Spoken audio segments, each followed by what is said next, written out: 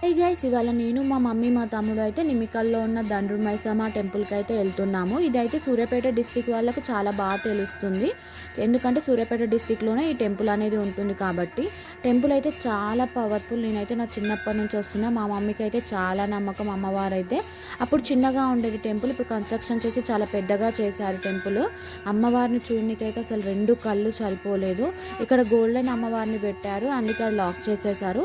ఇక్కడ చెట్టుకైతే అన్ని ముడుపులు ఇలా కట్టారు. అంటే పిల్లలు లేని వాళ్ళు ఎవరైనా కోరుకుంటే అన్ని ముడుపులు ఇలా కడతారంట.